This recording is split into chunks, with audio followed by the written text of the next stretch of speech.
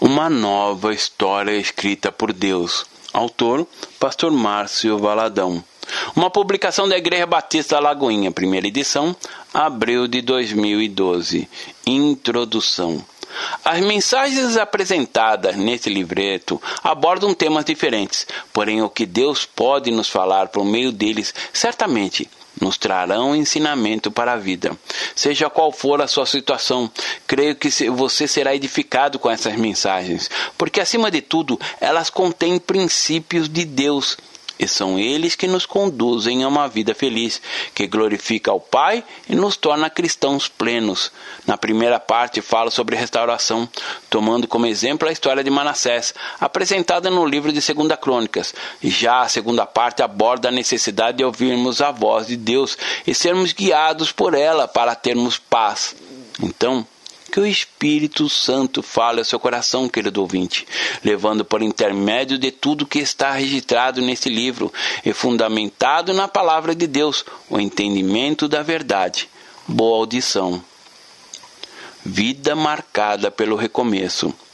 Palavra do Senhor que veio a Jeremias dizendo: Dispõe-te e desce à casa do oleiro, e lá ouvirás as minhas palavras. Desci à casa do oleiro, e eis que ele estava entregue a sua obra sobre as rodas, como o vaso que o oleiro fazia de barro. Se ele estragou na mão, tornou-se a fazer dele outro vaso, segundo bem lhe pareceu. Então veio a mim a palavra do Senhor: Não poderei eu fazer de vós como fez este oleiro, ó casa de Israel, diz o Senhor. Eis que, como o barro na mão do oleiro, assim sois vós na minha mão, ó casa de Israel. Jeremias capítulo 18, verso 1 a 6. Em Romanos capítulo 9, versos 21 ao 24, está escrito: Ou não tem o oleiro direito sobre a massa, para o mesmo barro fazer um vaso para honra e outro para desonra? Que diremos, pois, se Deus, querendo mostrar a sua ira e dar a conhecer o seu poder, suportou com muita longanimidade os vasos de ira, preparados para a perdição, a fim de que também desse a conhecer as riquezas da sua glória em vasos de misericórdia, que para a glória preparou de antemão, os quais somos nós, a quem também chamou, não só dentre os judeus, mas também dentre os gentios? A restauração não é algo que ocorre de maneira instantânea. Há um processo de modelagem, no qual somos submetidos pelo oleiro.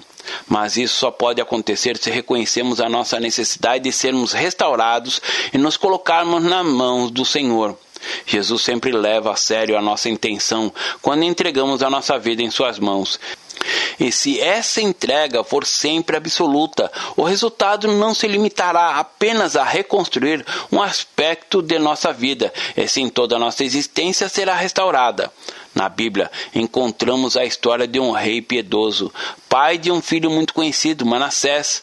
Para quem não sabe, a história desse filho não é tão linda quanto a de alguns homens das Escrituras. Ele foi ímpio, caiu desastrosamente por causa do pecado que cometeu, conforme nos conta o texto que está em 2 Crônicas, capítulo 33, verso 1. Tinha Manassés 12 anos de idade quando começou a reinar, e 55 anos reinou em Jerusalém. Fez o que era mal perante o Senhor, segundo as abominações dos gentios que o Senhor expulsa de suas possessões, de diante dos filhos de Israel. Pois tornou a edificar os altos de Ezequias, seu pai, havia derribado. Levantou altares a Balaíns e fez postes ídolos. E se prostrou diante de todo o exército dos céus e o serviu. Edificou altares na casa do Senhor, da qual o Senhor tinha dito: Em Jerusalém porei o meu nome para sempre. Também edificou altares a todo o exército dos céus, nos 2 átrios da casa do Senhor. Queimou seus filhos como oferta no vale do filho de Enom. Adivinhava pelas nuvens, era agoureiro, praticava feitiçaria, tratava com necromantes e feiticeiros, e prosseguiu em fazer o que era mal perante o Senhor, para o provocar a ira. Também pôs a imagem de escultura do ídolo que tinha feito na casa de Deus, de que Deus dissera a Davi e a Salomão seu filho: Nesta casa e em Jerusalém e que escolhi de todas as tribos de Israel, porém o meu nome para sempre, e não renovarei mais o pé de Israel, da terra que destinei a seus pais, contando que tenham cuidado de fazer tudo quanto lhe tenhas mandado. Toda a lei, os estatutos e os juízos dados por intermédio de Moisés. Manassés fez errar Judá e os moradores de Jerusalém, de maneira que fizeram pior do que as nações que o Senhor tinha destruído de diante dos filhos de Israel. Em 2 Reis, capítulo 21, verso 16, diz: além disso, Manassés derramou muitíssimo sangue inocente, até encher Jerusalém de um ou outro extremo, afora o seu pecado, com que fez pecar a Judá, praticando o que era mal perante o Senhor. Em 2 Crônicas, capítulo 33, verso 10, está escrito: falou o Senhor a Manassés e ao seu povo, porém não lhe deram ouvidos, pelo que o Senhor trouxe sobre ele os príncipes dos exércitos do rei da Síria, os quais prenderam Manassés com ganchos, amarrando-o com cadeias, e o levaram à Babilônia. Ele, angustiado, suplicou deveras ao Senhor seu Deus, e muito se humilhou perante Deus de seus pais. Fez-lhe oração, e Deus se tornou favorável para com ele. Atendeu-lhe a súplica, e o fez voltar para Jerusalém, ao seu reino. Então reconheceu Manassés que o Senhor era Deus. Depois disso, edificou o muro de fora da cidade de Davi, ao ocidente de Gion, no vale, e a entrada da porta do peixe, abrangendo Ofel, e o levantou muito alto. Também pôs chefes militares em todas as cidades fortificadas de Judá. Tirou da casa do Senhor os deuses estranhos e os ídolos, como também todos os altares que edificara no monte da casa do Senhor, em Jerusalém, e os lançou fora da cidade. Restaurou o altar do Senhor, sacrificou sobre ele ofertas pacíficas e de ações de graça, e ordenou a Judá que servisse ao Senhor, Deus de Israel. Contudo, o povo ainda sacrificava nos altos, mas somente ao Senhor seu Deus. Quanto ao mais atos de Manassés, e a sua oração ao seu Deus, e as palavras dos videntes que lhe falaram no nome do Senhor, Deus de Israel, eis que estão escritos na história dos reis de Israel. A sua oração, e como Deus se tornou favorável para com ele, todo o seu pecado, a sua transgressão, e os lugares onde edificou altos, e colocou postes ídolos e imagens de escultura, antes que se humilhasse. Eis que tudo está na história dos videntes. Assim, Manassés descansou com seus pais, e foi sepultado na sua própria casa. E Amon, seu filho, reinou em seu lugar. Senhor, fale ao coração deste ouvinte precioso, que os ouvidos dele sejam abertos somente para ouvi-lo, para conhecer mais do teu amor. Em nome de Jesus. Amém. A alegria da nova chance. Pode-se dizer que a história de Manassés se divide em duas partes. Podemos chamar a primeira de vaso quebrado e a segunda, restauração. Na primeira parte, Manassés foi um verdadeiro arsenal de pecados, de maldades. Vimos o texto bíblico, a afirmação de que ele foi mau não somente diante dos homens, mas principalmente perante o Senhor. Diante dos padrões dos homens, algo pode não ser mal, pode ser aceito pela sociedade, pode ser comum, mas quem determina o que é mal não são os homens. Uma nação pode estabelecer uma lei pela qual o aborto é natural, o casamento de homossexuais é algo natural, mas o que conta não é o que os homens determinam, é o que a palavra de Deus mostra. A conduta de Manassés foi um contraste em relação à dos seus pais. Ezequias, que foi um rei piedoso, temente ao Senhor. A descrição que temos do reinado e da vida de Manassés é muito dura, pois representou a expressão do mais vergonhoso paganismo. Endemoniado e perverso, provocou a ira de Deus e superou todos os limites da maldade. Manassés praticou todo tipo de ocultismo, satanismo, cometeu ritual até contra a vida dos próprios filhos. Sua desobediência explícita fez com que a paciência do Senhor se esgotasse, pois ninguém afronta a Deus. E diante de tudo que ele fez, ele poderia ter a chance de ser restaurado? Teria outra oportunidade? Poderia ser liberto das amarras impostas pelos assírios? Restituído? Diz o texto que Manassés foi levado cativo para a Babilônia e jogado no fundo de um presídio, submetido a situações mais de humilhação. E é assim que acontece com todo aquele que desobedece a Deus, que não se submete a Ele, mas se entrega a uma vida de afronta ao Criador. O que mais me surpreende nas Escrituras é o milagre da restauração divina. Nós nunca vamos compreender o amor de Deus. Quando olhamos para a história de Manassés, podemos pensar que não haveria mais recuperação para ele. Mas este é o pensamento humano. Deus não pensa assim. Jamais. E quando chegamos à misericórdia, disse Deus, entendemos que Ele é o Senhor, é o autor da história. Faz e refaz o vaso quebrado, pois também é o oleiro.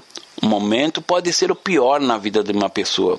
Ela pode se encontrar afundada no lodo do pecado, mas Jesus Cristo estende a sua mão e oferece sua misericórdia, uma nova oportunidade. Não importa quão baixo uma pessoa tenha caído, não importa quão desgraçada tenha sido a vida de alguém, se a pessoa estiver disposta a se colocar nas mãos do oleiro, ele a restaurará.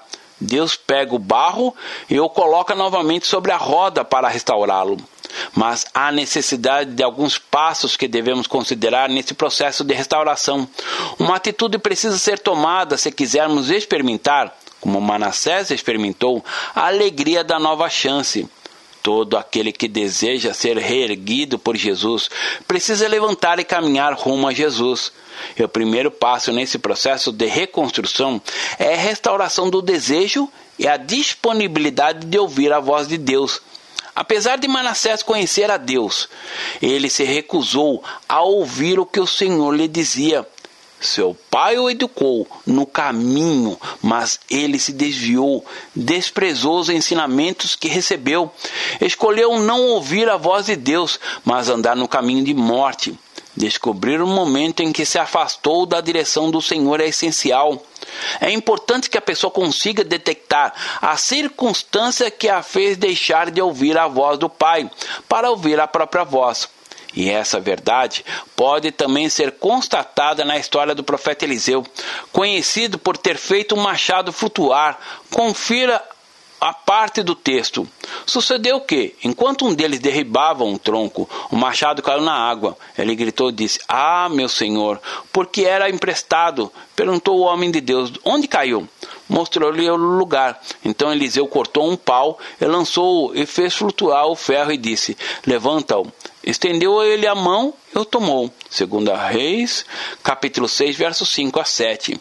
Note que o discípulo perguntou a Eliseu onde havia caído o machado, e não o motivo do machado ter caído. Onde caiu? Isso nos remete ao texto que está no livro de Apocalipse. Lembra, pois, de onde caístes, arrepende-te e volta às práticas das primeiras obras. Apocalipse capítulo 2, verso 5. O profeta tomou um madeiro, que é o símbolo da cruz, jogou exatamente no lugar onde um machado havia caído, e logo a ferramenta flutuou. Foi um milagre que somente Deus pode realizar. Fazer um ferro flutuar não é ação humana, jamais. Agora eu lhe pergunto, onde você caiu? Em outras palavras, o que afastou você de Deus? Em que momentos ou circunstâncias de sua vida você deixou de ouvir ou obedecer à voz do Senhor? Por favor, não responda dizendo que é impossível voltar a ter comunhão com o eterno Deus. Ter uma vida de santidade e obediência ao Senhor. Observe que o machado estava no fundo do rio. O peso e a velocidade das águas o impediam de flutuar, mas o madeiro, símbolo da cruz, o atraiu. Jesus disse em João capítulo 12, verso 32, "E eu, quando for levantado da terra, atrairei todos a mim mesmo." Jesus Cristo não falou que iria atrair os santos, os sãos, porque estes não precisam de médico.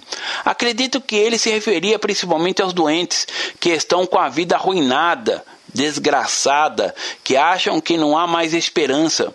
Deus fez o milagre da recuperação do machado e deseja fazer o milagre da restauração das vidas. O segundo passo no processo da reconstrução é a restauração da oração. Nos versos 12 e 13 do texto de 2 Crônicas, capítulo 33, lemos: Ele, Manassés, no fundo do cárcere, cheio de correntes, angustiado, suplicou deveras ao Senhor seu Deus, e muito se humilhou perante o Deus dos seus pais, fez-lhe oração. Ele deixou de lado a autossuficiência e orou a Deus. Manassés precisou se colocar nas mãos do oleiro, ir novamente para a roda. A figura da roda pode remeter à mesmice, monotonia, ou fazer tudo novamente, porém não é bem assim. No livro de Juízes temos a narração sobre o que Sansão passou a ser, preso após ter sido traído por Dalila. Ele foi levado para Gaza e o prenderam com correntes de bronze. O colocaram para trabalhar na prisão, virando um moinho. Mas foi nesse tempo de ir para a roda, amassar o barro, dar voltas, que o cabelo voltou a crescer. Veja Juízes capítulo 16.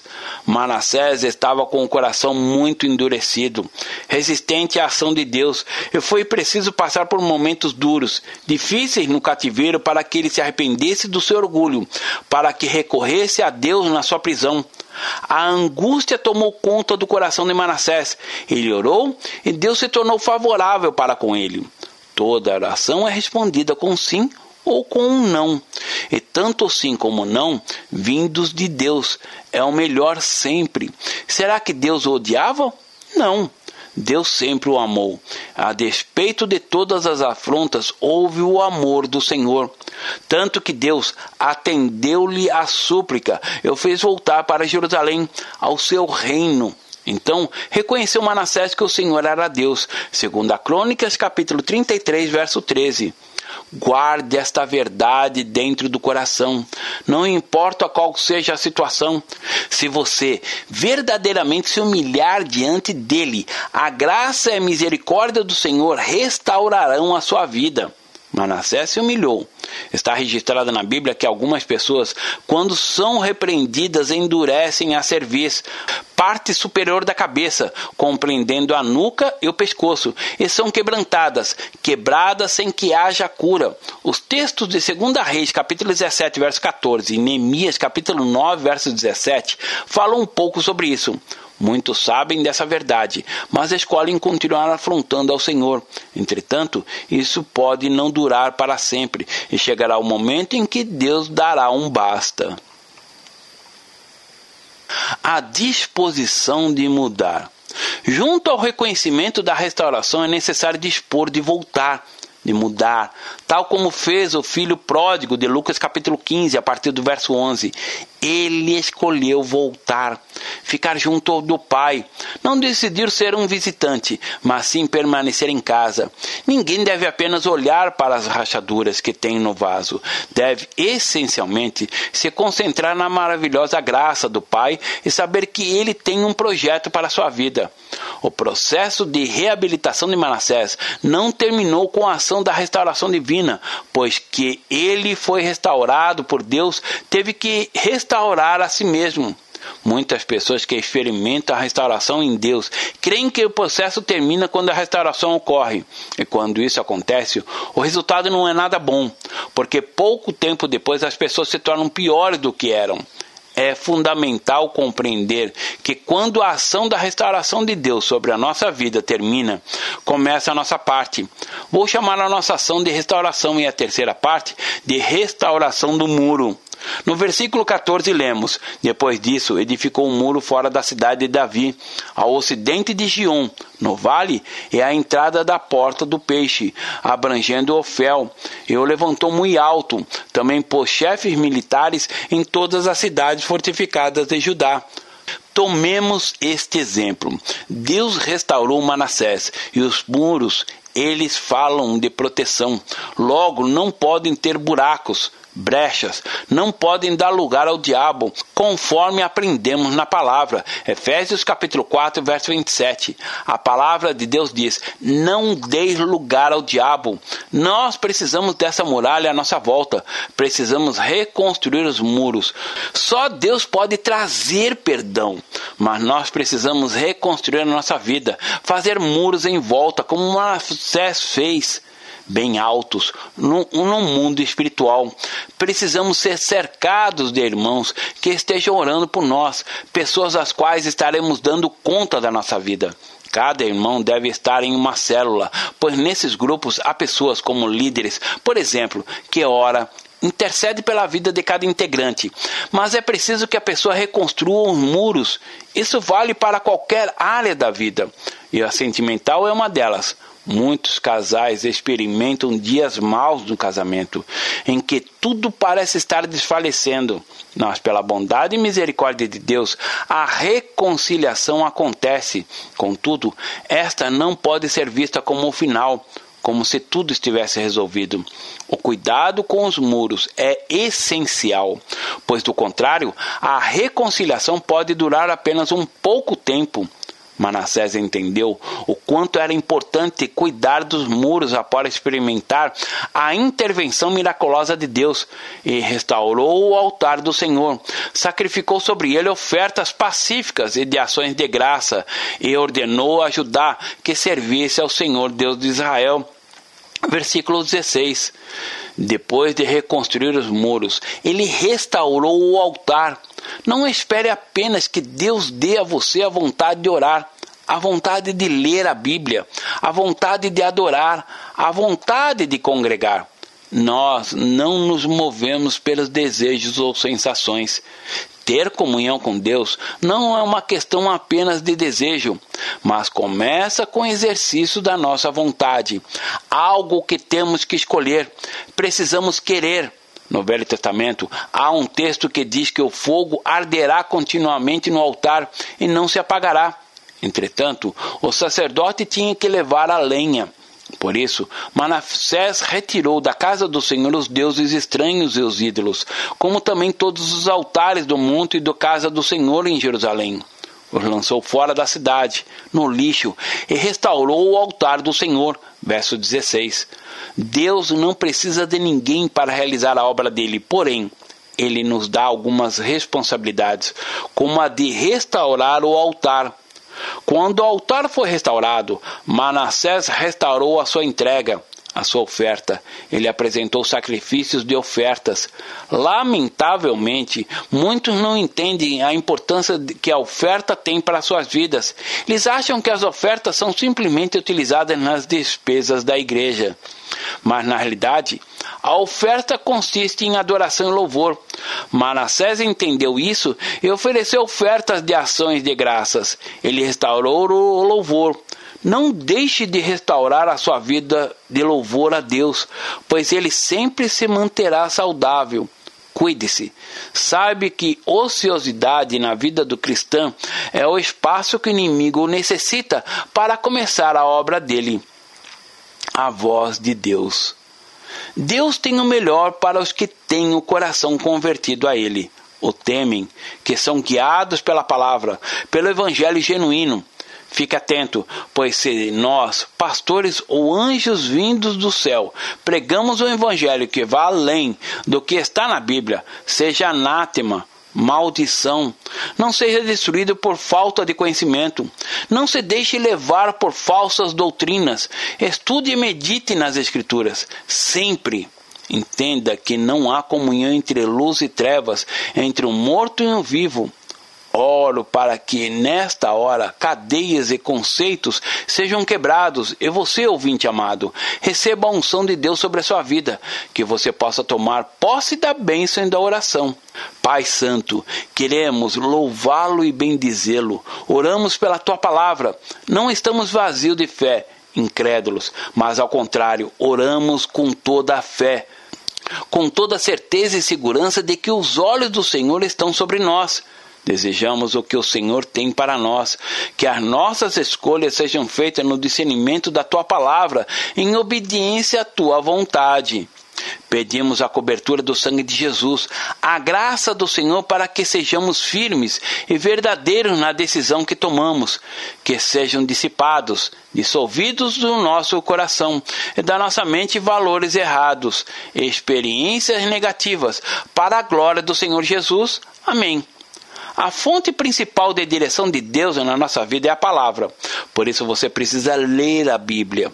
Deus fala conosco por meio dela e do homem interior, que é o nosso espírito. Dentro dele há uma parte que Deus colocou para nos guiar, que é a consciência, a qual faz parte do espírito do homem. Todo ser humano tem espírito, e é o que nos faz ser diferentes dos animais. Ele também é a parte divina que chega à nossa vida. Fomos criados à imagem do Senhor. Existe dentro do homem um DNA espiritual que é a própria característica de Deus. Em Romanos capítulo 2, versos 14, 15 e 16 está escrito: quando, pois, os gentios que não têm lei procedem por natureza de conformidade com a lei, não tendo lei, servem ele de lei para si mesmos.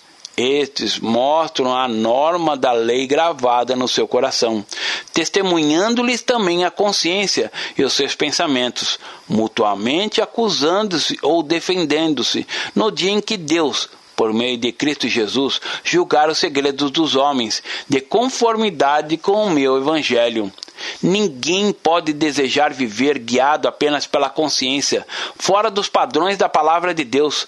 A causa de algumas pessoas darem cabeçadas na vida é a consciência maculada, manchada. No jardim do Éden não tinha Bíblia, mas quando o homem pecou, a primeira coisa que ele fez foi esconder-se, fugir da presença de Deus porque a consciência o acusava. E é isso que a consciência faz. Ela começa a acusar, mas pelo fato de a pessoa não dar ouvido, ela vai se cauterizando. A consciência pode ser cauterizada, anestesiada. A Bíblia diz que um abismo chama outro abismo. Salmos 42, verso 7. Ou seja, a pessoa peca uma vez, não se arrepende. Peca de novo e não se arrepende. Essas atitudes indicam uma consciência cauterizada.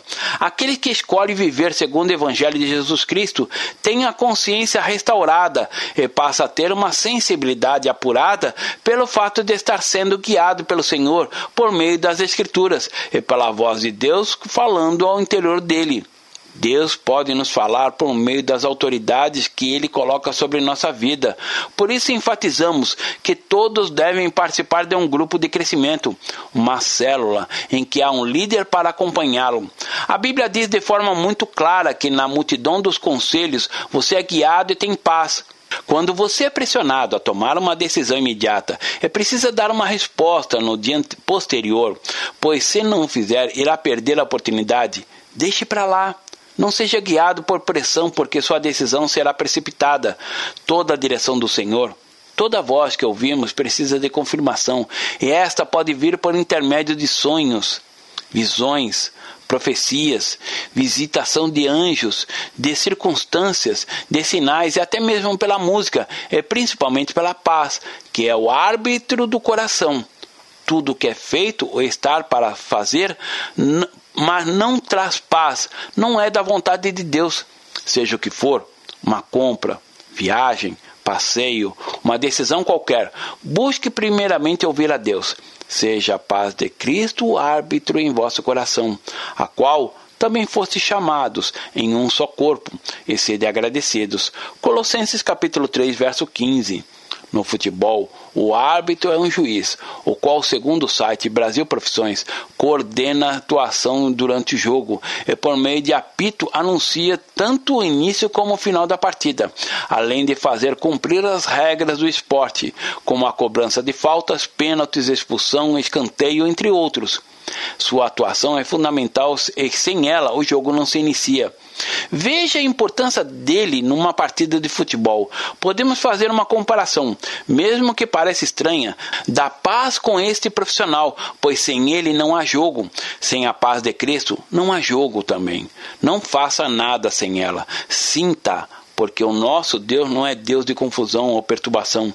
Lance fora tudo aquilo que não traz paz. Em Filipenses capítulo 4, verso 7 está escrito: e a paz de Deus, que excede todo entendimento, guardará o vosso coração e a vossa mente em Cristo Jesus. Não procure ser precipitado em nada, mesmo que as circunstâncias sejam contrárias.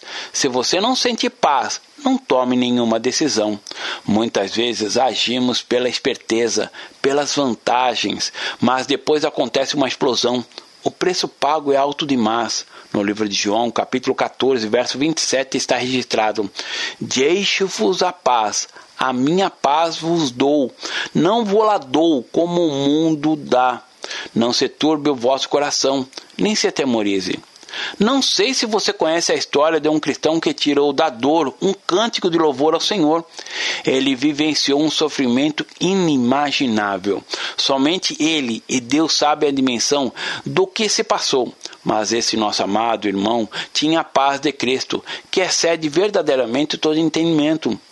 Paz que acontece mesmo diante do sofrimento e que não sei como explicá-la. Aliás, não há muita explicação. Pois bem, esse homem planejava viajar com a esposa e as filhas para a Europa, mas devido aos compromissos de negócios, ele precisou permanecer em Chicago, mas enviou a esposa e as filhas, conforme estava programado, depois iria encontrá-las. Porém, poucos dias após o embarque, o navio em que estavam naufragou e as filhas morreram. Sua esposa sobreviveu. Ele enviou um telegrama que dizia: salva, porém só. Você consegue imaginar o que ele passou? A dor que sentiu? Será que diria ao menos uma frase da canção que ele compôs? Entretanto, em meio a todo o sofrimento, ele estava sustentado por Deus. Teve a certeza que o dono da vida estava no seu lado. Então pôde cantar que em Jesus encontrou a força e paz. Se paz a mais doce me deres gozar, se dor a mais forte sofrer, ó, seja o que for, tu me fazes saber que feliz com Jesus hei de estar, embora me assalte o cruel Satanás e ataque com vis tentações. Ó, sim, certo estou, mesmo em tais provações, em Jesus acharei força e paz. Sou feliz com Jesus, sou feliz com Jesus, meu Senhor. Jesus, meu Senhor, ao morrer sobre a cruz, livrou-me da culpa e do mal. Salvou-me Jesus, ó, mercê sem igual. Sou feliz hoje e vivo na luz. A vida é o anseio do meu Salvador. Em breve virá me buscar. E então, lá no céu, vou para sempre morar, com remidos na luz do Senhor. Creio que esse homem apaixonado por Jesus viveu a realidade do Salmo 30, versos 11 e 12, a experimentar tal sofrimento. Convertestes o meu pranto em folguedos, tiraste o meu pano de saco e me cingistes de alegria, para que o meu espírito te cante louvores e não se cale. Senhor Deus meu, graças te darei para sempre. O exemplo de vida do irmão que acabei de citar ensina que com Jesus é possível recomeçar. Ele recomeçou após a morte, porque a paz em Cristo, imensurável, tomou conta do seu coração. Ele deu a certeza que nele tudo é possível, até mesmo a superação de sofríveis perdas. Mas talvez você tenha que recomeçar após decisões, escolhas erradas que fez. Quero que saiba que a nossa vida é marcada pelos recomeços. Se você quiser ter a verdadeira paz e ouvir a Deus, Ele vai guiá-lo em tudo, em todo o tempo. Você não precisa viver dando cabeçadas, sofrendo consequências pela falta de orientação. Decida agora mesmo ser orientado pelo Senhor, por meio da palavra dele, a Bíblia.